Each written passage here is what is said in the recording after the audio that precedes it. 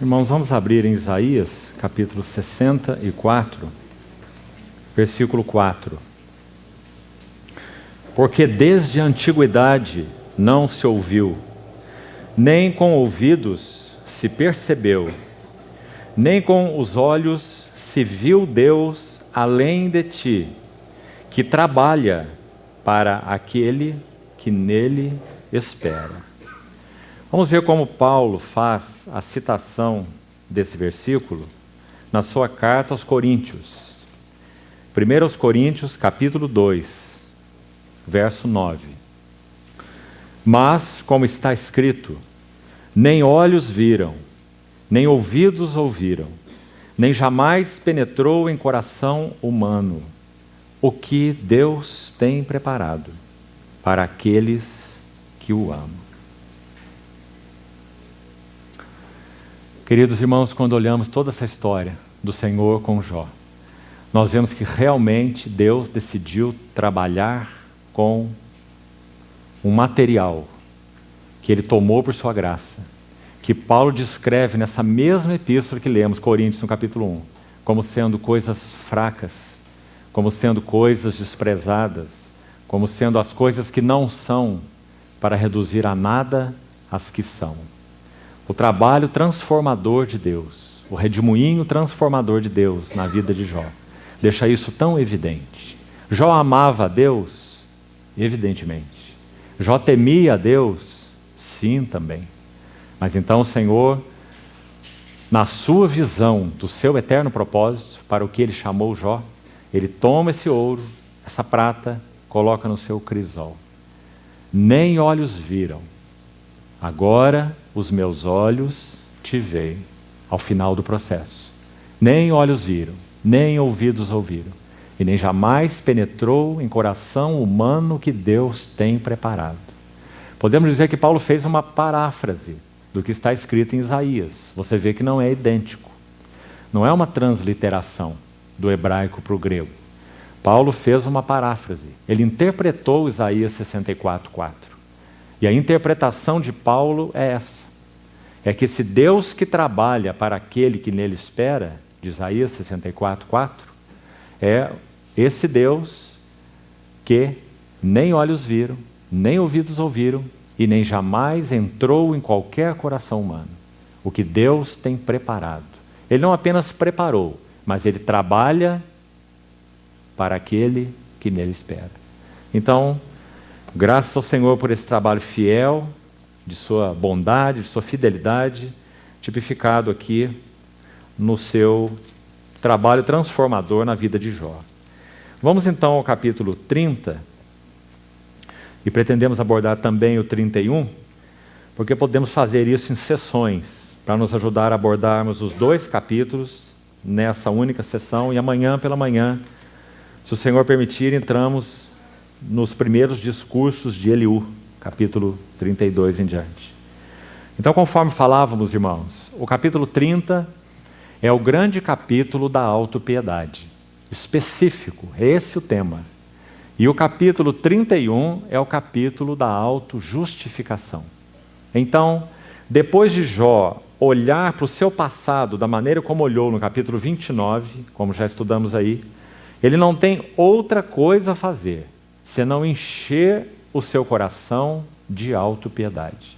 E como já citamos aqui, Mateus 16, quando ninguém menos que Satanás, o mesmo que tentou o Senhor no deserto, capítulos antes, Mateus capítulo 4, 3 anos antes em tempo, esse mesmo que tentou o Senhor, se apresenta através da mente de Pedro, a mente vulnerável de Pedro, apesar de discípulo do Senhor, era um discípulo que não pensava como seu mestre, aliás, nenhum deles, como vimos, não cogitas de acordo com Deus, não cogitas das coisas de Deus, mas cogitas das coisas dos homens. Então Satanás encontrou ali uma vulnerabilidade e procurou induzir no coração do Senhor Jesus autopiedade.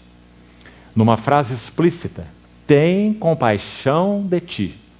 Isso nunca te acontecerá. E nosso Senhor, então, muito claramente discernindo de onde vinha essa sugestão, ele disse: arreda-te de mim, Satanás. A expressão é: para trás de mim, Satanás. Tu és para mim uma pedra de tropeço. Autopiedade é uma pedra de tropeço. Mas quando Jó olha para trás, para os seus dias passados, e o seu coração ansioso por recuperar a glória perdida, ele não tem nada mais a fazer senão lamentar o seu estado atual. Claro que as duas coisas se completam. Então veja como começa o capítulo 30. Mas agora. Veja o versículo 9 do mesmo capítulo. Mas agora. Então, como Jó lamenta sua glória passada perdida, então ele enche esse capítulo de autopiedade. Agora se riem de mim. Queridos irmãos, Jó agora, em particular, começará a ser trabalhado de maneira muito específica pelo escárnio. Nosso Senhor Jesus também, em sua bendita face e santa face, sofreu escárnio. Isaías 50 diz que ele não afastou, retirou a sua face daqueles que o afrontavam e cuspiam. Como já citamos em outra sessão, aqueles que lhe arrancavam as barbas, e esse era um ato de desonra. Não apenas algo doloroso, no que se refere ao físico, mas algo desonroso. Arrancavam as barbas. E nosso Senhor, porque conhecia bem para o que ele veio, quando a glória estava diante dele, João 12, nós citamos, ele disse: o grão de trigo veio para morrer, porque se não morrer, fica só. Então, esse semblante de intrépida resolução de ir para Jerusalém, ele ofereceu a sua face, Isaías 50, aos que o feriam e aos que lhe arrancavam as barbas. Queridos irmãos, houve um segredo na vida do Senhor Jesus para que esse escárnio e essa desonra pudessem ser suportados, sem que o coração do nosso Senhor se introvertesse, olhasse para si mesmo e tomasse uma decisão. A decisão de não beber o cálice. Porque o Getsemane definiu essa situação. O Getsemane travou a última batalha da alma, a batalha da vontade. Não se faça a minha vontade, mas sim a tua vontade. São duas vontades, porque o Pai não é o Filho e o Filho não é o Pai. Nosso Senhor Jesus tinha vontade humana, porque ele é homem completo. Homem sem vontade não é homem. Nosso Senhor teria que subordinar a sua vontade à vontade do seu Pai, alinhar a sua vontade à vontade do seu Pai. E ele sempre o fez. Agora, no Getsemane, a batalha final da vontade é travada, porque nosso Senhor está na encruzilhada. E agora o caminho tem que ser definido. Ou ele vai se submeter a ser acorrentado e levado para os açoites e conduzido à cruz, ou não vai. Como ele disse em João 18 para Pedro: não sabíeis que, se eu rogasse ao meu Pai, ele me enviaria mais de 12 legiões de anjos que viriam ao socorro dele? Mas ele disse: não beberei eu o cálice que o Pai me deu para beber? Então, no Getsemane, a batalha foi decidida. Por isso nosso Senhor disse a Pedro: embainha a tua espada. A batalha da vontade. Então, queridos irmãos, não era assim com Jó. Muito pelo contrário. Jó estava cheio de autopiedade. Então ele pronuncia duas vezes esse mas agora, no verso 1 e no verso 9. Agora observe um detalhe ainda interessante aqui. Muito significativo para as nossas almas e nosso discipulado a Cristo. A autopiedade é a fonte de toda a agressividade. Porque Jó olhava para si mesmo e tinha tanta piedade de si, veja o que ele faz. Mas agora se riem de mim, escárnio. Os de menos idade do que eu. Isso ainda era mais doloroso para ele, porque era um jovem zombando de um ancião. Um ancião que, quando antes saía na praça, os jovens se retiravam. Tal era a presença de Jó diante deles. Agora, os de menos idade que eu escarnecem de mim. Agora, como Jó reage? Como nosso Senhor Jesus reagiu? Nós já citamos. Isaías 50 em particular. Como Jó reagiu? O coração cheio de compaixão própria reage com agressividade. Então Jó vai dizer palavras duríssimas. Ele vai dizer: aqueles cujos pais eu teria desdenhado de pôr ao lado dos cães do meu rebanho. O que você acha dessa frase? De que também me serviria a força das suas mãos? Ele não termina aí não. Até o verso 8. De 2 a 8. Jó está desdenhando desses que escarneciam dele. 1 Pedro 2 diz o que sobre Nosso Senhor? Quando ultrajado, não revidava com ultrajes, mas entregava-se àquele que julga retamente. 1 Pedro capítulo 2, versos 21 a 23. Então aqui a reação de Jó é exatamente oposta. De que também me serviria a força das suas mãos, homens cujo vigor já pereceu, de míngua e fome se debilitaram, roem os lugares secos, desde muito em ruínas e desolados, apanham malvas e folhas dos arbustos e se sustentam de raízes de zimbro. Do meio dos homens são expulsos, grita-se contra eles como se grita atrás de um ladrão. Habitam nos desfiladeiros sombrios, nas cavernas da terra e da rocha. Bramam entre os arbustos e se ajuntam debaixo dos espinheiros. São filhos de doidos, raça infame, e da terra são escorraçados. Assim Jó reagiu ao escárnio que recebeu, porque seu coração estava consumido de autopiedade. Versículo 9. Mas agora sua canção de motejo, ou zombaria, e lhes sirvo de provérbio. Abominam-me, fogem para longe de mim, e não se abstêm de me cuspir no rosto. Não há como ler uma frase dessa, não nos lembrarmos do Nosso Senhor, não é? Mas que reações opostas, queridos irmãos, entre Jó e o Nosso Senhor Jesus. Versículo 11. Porque Deus afrouxou a corda do meu arco e me oprimiu, pelo que sacudiram de si o freio perante meu rosto. À direita se levanta uma súcia e me empurra, contra mim prepara o seu caminho de destruição, arruinam a minha vereda, promovem a minha calamidade, gente para quem já não há socorro. Vêm contra mim como por uma grande brecha e se revolvem avante entre as ruínas. Sobrevieram-me pavores, como pelo vento é varrida a minha honra, como nuvem passou a minha felicidade. Agora dentro em mim se me derrama a alma, os dias de aflição se apoderaram de mim, a noite me verruma os ossos e os desloca, e não descansa o mal que me rói. Pela grande violência do meu mal está desfigurada a minha veste, mal que me cinge como a gola da minha túnica. Expressões incríveis de autopiedade. Agora, atenção para esse verso 19.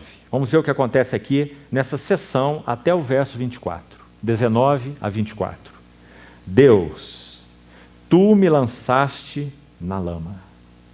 O coração cheio de autopiedade de Jó, agora não está mais considerando os jovens, os pais, desdenhando deles. Agora o seu coração inflamado de autopiedade, mais uma vez, se volta para os céus. E ele tem algo a dizer a Deus, baseado na sua autopiedade, clímax do seu ego. Então ele vai dizer: Deus, tu me lançaste na lama. Eu me tornei semelhante ao pó e à cinza. Clamo a ti e não me respondes. Já vimos que muitas vezes no livro isso está escrito. Era a grande aflição de Jó. E era o grande trabalho de Deus. O silêncio de Deus. Como nós já explicamos. Que traz aquelas impurezas mais profundas à superfície. Clamo a ti e não me respondes. Estou em pé, mas apenas olhas para mim. Verso 21. Tu foste cruel contra mim. Com a força da tua mão tu me combates. Levantas-me sobre o vento e me fazes cavalgá-lo. Dissolves-me no estrondo da tempestade. Pois eu sei que me levarás à morte e à casa destinada a todo vivente. De um montão de ruínas, olha essa frase, era exatamente onde ele estava. Aquela cinza que já explicamos no capítulo 1, era o lugar onde o lixo, os dejetos eram queimados, e aquela montanha de cinza endurecida pela chuva tornava aquele lugar o monte do lixo. E era lá que Jó tinha que fazer sua habitação, diante da sua condição atual. Então ele diz, de um montão de ruínas, não estenderá o homem a mão, e na sua desventura não levantará um grito por socorro? Esse é o resultado da autopiedade. Acaso não chorei sobre aquele que atravessava dias difíceis?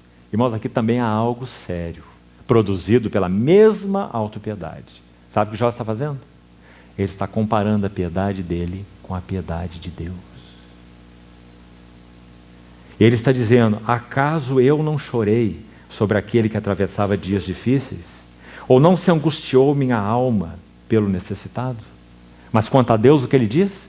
Tu fostes cruel contra mim. Aguardava eu o bem. Por que ele aguardava o bem? Porque ele acudiu o necessitado. Teologia da retribuição. Ele já estava no ninho, ele já estava no outono da sua vida, e era ali que ele queria ficar. Frutificando e frutificando e frutificando até expirar. Frutificando à maneira dos homens, mas não à maneira de Deus. Aguardava eu o bem, e eis que me veio o mal. Esperava a luz, e me veio a escuridão. O meu íntimo se agita sem cessar, e dias de aflição me sobrevêm. Amados irmãos, que vejamos nessas expressões sempre o resultado de um coração consumido pelo ego, e especificamente pela autopiedade. 28. Ando de luto, sem a luz do sol. Levanto-me na congregação e clamo por socorro. Sou irmão dos chacais e companheiro de avestruzes. Nós não vamos entrar nisso agora, mas eu gostaria que os irmãos destacassem essa frase. Sabe por quê? Na primeira rodada, o primeiro turno do redemoinho de Deus com Jó, capítulo 38 e 39, Deus vai falar da avestruz. Ele vai voltar nesse assunto com Jó. Ele tem uma lição para dar para Jó, cuja lição, a avestruz é o modelo. E que linda lição, nós vamos ver. Então Jó diz que ele é companheiro de avestruzes. Enegrecida se me cai a pele, e os meus ossos queimam em febre. Por isso a minha harpa se me tornou em prantos de luto, e a minha flauta em voz dos que choram. Observe essa seção final, versos 25 a 31. Observemos 3 passos aqui. Veja o resultado dessa autopiedade. No verso 25 a 27, já vimos, Jó está afundado na sua autopiedade. Meu íntimo se agita. Aguardava eu o bem, me veio o mal. Esperava luz, veio escuridão. Naufragado na autopiedade. Resultado, olha o verso 28. Ando de luto sem a luz do sol, levanto-me na congregação e clamo por socorro. Verso 28. Depressão. Verso 29 a 31. Sou irmão dos chacais e companheiro de avestruzes. Enegrecida se me cai a pele, por isso a minha harpa se tornou em prantos. Verso 31. Jó vai da autopiedade para a depressão e para a lamentação por si mesmo num pranto profundo. Autopiedade, depressão e um choro profundo por si mesmo. Assim conclui o capítulo 30. Irmãos, qual é a razão de Jó ter entrado nessa condição? Já falamos. Sua alma foi agitada, excitada, a tal ponto que aquelas impurezas vieram à tona. Provérbios capítulo 18, há um versículo que nos ajuda muito aqui nesse capítulo, que diz assim, Provérbios 18, 14. O espírito firme sustém o homem na sua doença. Mas o espírito abatido, e a palavra para abatido aqui no hebraico é golpeado, quebrado, ferido. O espírito abatido, quem o pode suportar? Qual era o segredo da vida do nosso Senhor Jesus? Para poder dizer, Pai, nas tuas mãos eu entrego o meu espírito. Qual era a confiança do Verbo feito carne? Em particular, nos seus últimos momentos na cruz do Calvário. Irmãos, há um verso que expõe de maneira magnífica esse segredo. É Atos 2, 25. Que está citando o Salmo 16. E o que nós vemos lá é: diante de mim eu via sempre o Senhor. Diante de mim eu via sempre o Senhor. O problema de Jó está exatamente aí. Jó não via o Senhor. Então o espírito de Jó golpeado não pôde sustentá-lo na sua enfermidade. Diferente com o nosso Senhor Jesus. Nosso Senhor Jesus andou em trevas sem luz nenhuma e ainda assim confiou em o nome do Senhor e se firmou sobre o seu Deus. O seu segredo? Diante de mim eu via sempre o Senhor. Ele está à minha direita para que eu não seja abalado. A citação de Atos 2. Então, irmãos, completamos aqui, panoramicamente, o capítulo da autopiedade. Remédio de Deus, antídoto de Deus para a autopiedade, o mesmo. Cruz. Quem ama sua vida perde-a. O antídoto de Deus para a autopiedade, sofrimento, mais a palavra bendita do Senhor. Espada afiada, viva e eficaz, que penetra para dividir alma e espírito que estão ali misturados, juntas medulas, e apta, eficaz para discernir até pensamentos, e mais que isso, propósitos, motivações, Hebreus 4,12, do coração. Então, está aí o trabalho de Deus na vida de Jó, levantando esse lodo do fundo do lago. Capítulo 31 é o capítulo da autojustificação, conforme já falamos. Agora, irmãos, ele se torna um capítulo ainda mais contundente do que os dois anteriores. E sabe qual é o motivo? Aqui Jó usa, de novo, o eu, o meu, o minha, o me e o mim em torno de 80 vezes. No capítulo 29, em torno de 50 vezes. Aqui, 80 vezes. Jó está se auto-justificando. Então vamos dividir esse capítulo para termos um melhor entendimento.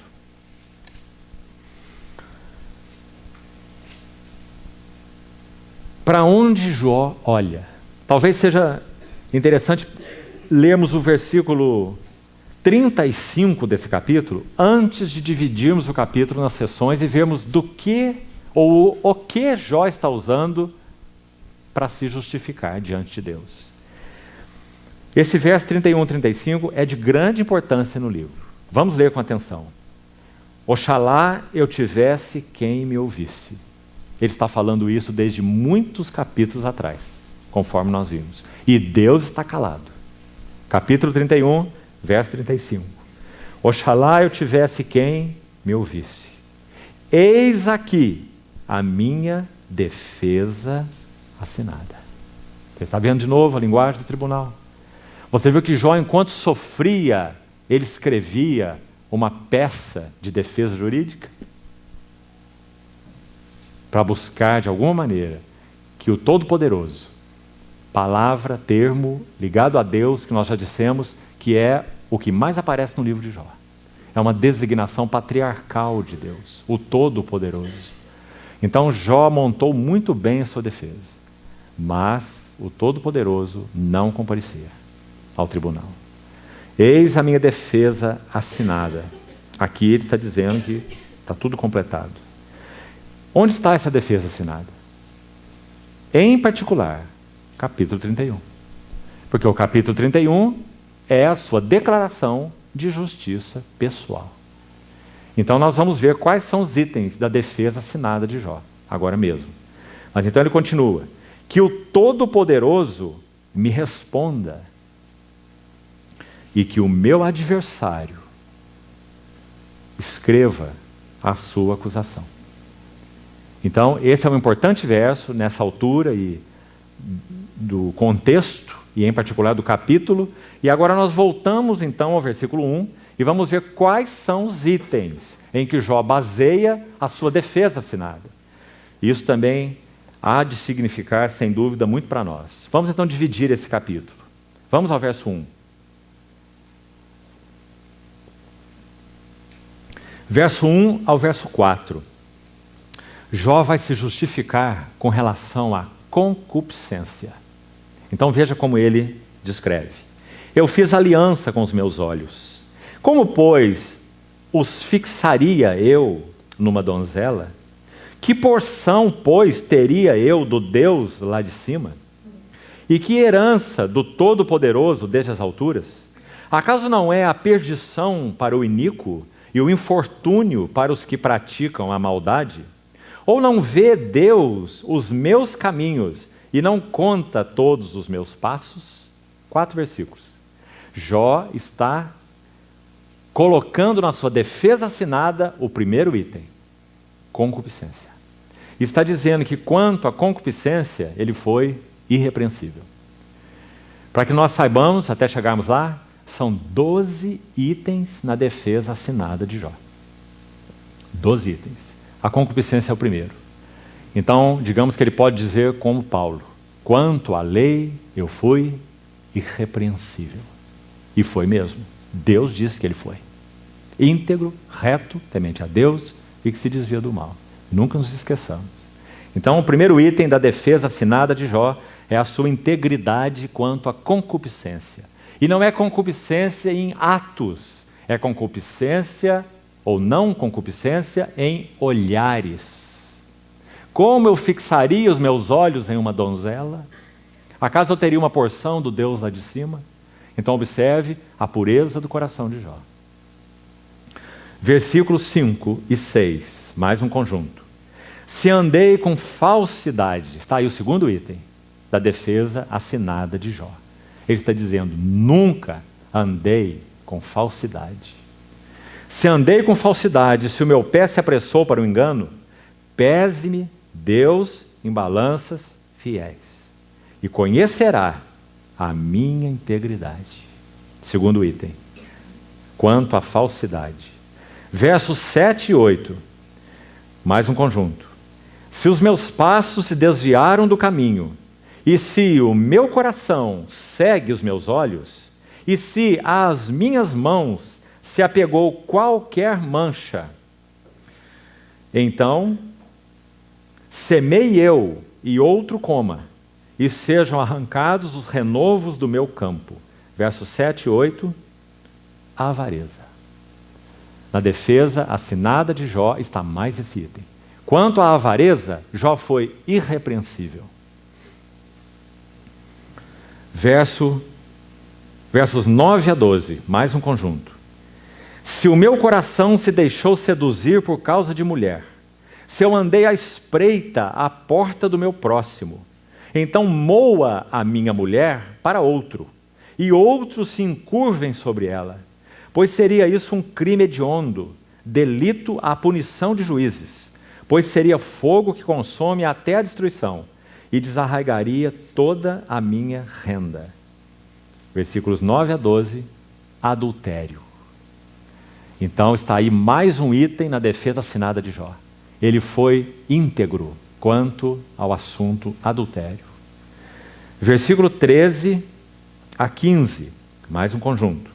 Se desprezei o direito do meu servo ou da minha serva, quando eles contendiam comigo, então, que faria eu quando Deus se levantasse? E inquirindo ele a causa, que lhe responderia eu? aquele que me formou no ventre materno não os fez também a eles? Ou não é o mesmo que nos formou na madre? Desprezo do direito alheio. Mais um item da integridade de Jó, da sua defesa. Nunca desprezou o direito alheio. Versos 16 a 23, uma sessão mais longa, onde Jó vai falar quanto à sua justiça e à sua integridade relacionada à dureza de coração para com os pobres. Mais um item na sua defesa assinada.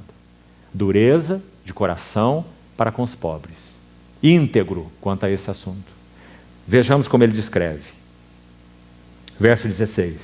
Se eu retive o que os pobres desejavam, ou fiz desfalecer os olhos da viúva, ou se sozinho comi o meu bocado, e o órfão dele não participou. Porque desde a minha mocidade cresceu comigo, como se eu lhe fora pai, e desde o ventre da minha mãe fui o guia da viúva. Se alguém vi perecer por falta de roupa, ou ao necessitado por não ter coberta, se os seus lombos não me abençoaram, e se ele não se aquentava com a lã dos meus cordeiros, se eu levantei a mão contra o órfão, por me ver apoiado pelos juízes da porta, então caia a omoplata do meu ombro, e seja arrancado o meu braço da articulação, porque o castigo de Deus seria para mim um assombro, e eu não poderia enfrentar a sua majestade. Tudo verdadeiro o que Jó diz a respeito de si. Conforme nós falamos, a questão de Jó não estava ligada à sua justiça. Deus testemunhou sua justiça. A questão de Jó era a sua justiça própria. Contemplar e gloriar-se na sua própria justiça. E acorrentar Deus à sua justiça, de modo que Deus o retribuísse segundo os pensamentos e caminhos de Jó. O que não aconteceu. Verso 24 e 25. Sétimo elemento. Confiança na riqueza. Jó era íntegro quanto a esse assunto. E olha como ele descreve.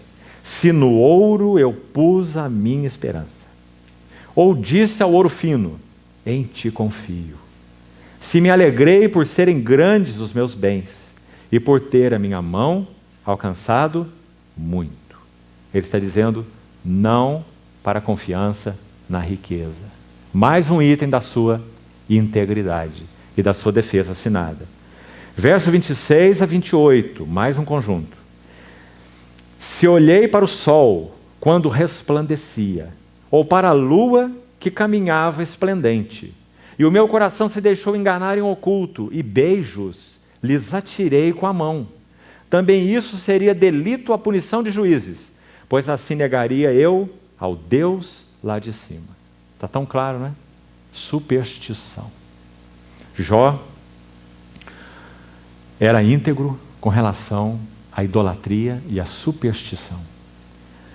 Verso 29, o nono elemento, 29 e 30. Se me alegrei da desgraça do que me tem ódio, se exultei quando o mal o atingiu, também não deixei pecar a minha boca, pedindo com imprecações a sua morte. Versos 29 e 30. Jó está dizendo que ele nunca se alegrou com o mal dos outros. Será que isso fala o nosso coração, irmãos? Há um aspecto pecaminoso em nossos corações, que se o fogo de Deus não se achega e essa impureza não se levanta, nós somos aqueles, sim, que se alegram com a desgraça de outros. E Jó coloca esse item na sua integridade. Verso 33, 31. Décimo elemento. Falta de hospitalidade. Jó coloca na sua defesa assinada.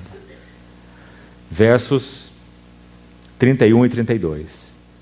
Se a gente da minha tenda não disse, quem haverá aí que não se saciou de carne provida por ele? O estrangeiro não pernoitava na rua, e as minhas portas abria ao viandante. Então, Jó foi íntegro na questão hospitalidade. A 11ª, verso 33 a 37. Se como Adão encobri as minhas transgressões, ocultando o meu delito no meu seio, porque eu temia a grande multidão, e o desprezo das famílias me apavorava, de sorte que me calei e não saí da porta. Oxalá eu tivesse quem me ouvisse, eis aqui minha defesa assinada, que o Todo-Poderoso me responda, que meu adversário escreva a acusação. Por certo que a levaria sobre o meu ombro, atá-la-ia sobre mim como coroa, mostrar-lhe o número dos meus passos, e como um príncipe eu me chegaria a ele. Jó, como príncipe, se achegaria a Deus. Qual é a questão descrita aqui nos versos 33 a 37?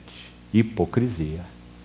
Jó está dizendo que ele foi absolutamente íntegro quanto à questão da hipocrisia. E, finalmente, os versos 38 e 40, o 12º elemento. Jó foi íntegro quanto à questão da exploração da terra. Então assim ele descreve: se a minha terra clamar contra mim, e se os seus sulcos juntamente chorarem. Um parêntese rápido. Você se lembra a legislação em Levítico sobre a terra? Como o Senhor determinou o descanso da terra? Jó viveu, como temos visto, muito antes da legislação levítica. No entanto, essa foi a atitude de Jó para com a terra. Por quê? Porque Jó tinha revelação e entendimento dos caminhos de Deus, sensível à vontade de Deus. Jó conhecia a Deus até o seu nível e tinha discernimento da vontade de Deus. Então, se a minha terra clamar contra mim, e se os seus sulcos chorarem juntamente, se comi os seus frutos sem tê-la pago devidamente. Cuidado com a terra, descanso da terra. E causei a morte aos seus donos, por trigo me produza cardos, e por cevada, joio. 12 elementos da plena defesa consumada de Jó. E agora, irmãos, finalmente, nós temos aqui um dos versos mais lindos do livro de Jó. Fim das palavras de Jó. Jó encerrou suas forças. Jó encerrou suas palavras. Jó já fez 12 discursos.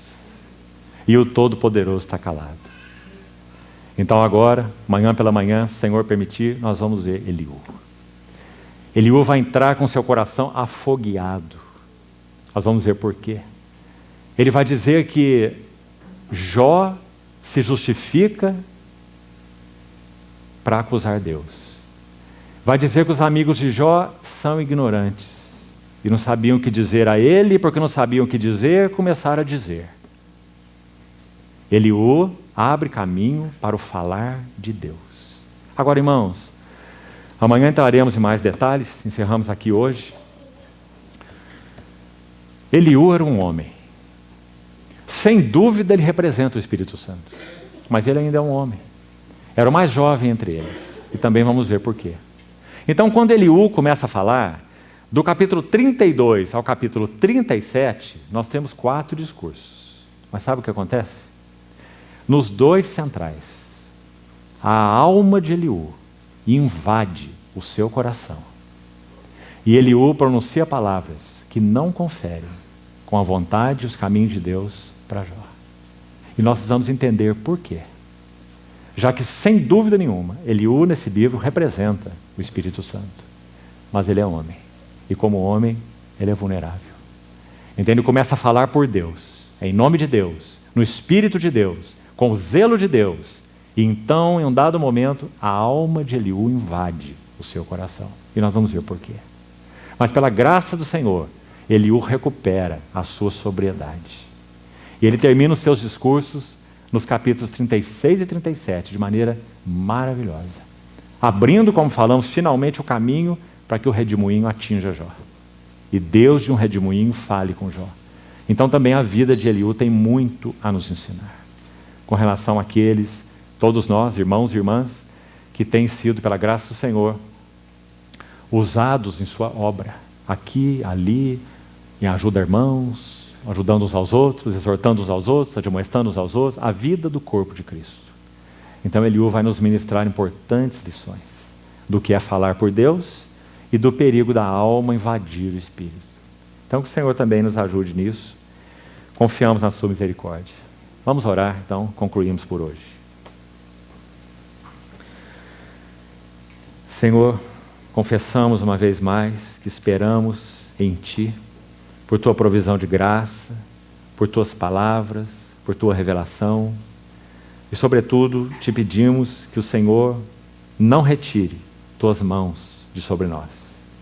Mantém-nos no Teu processo depurador.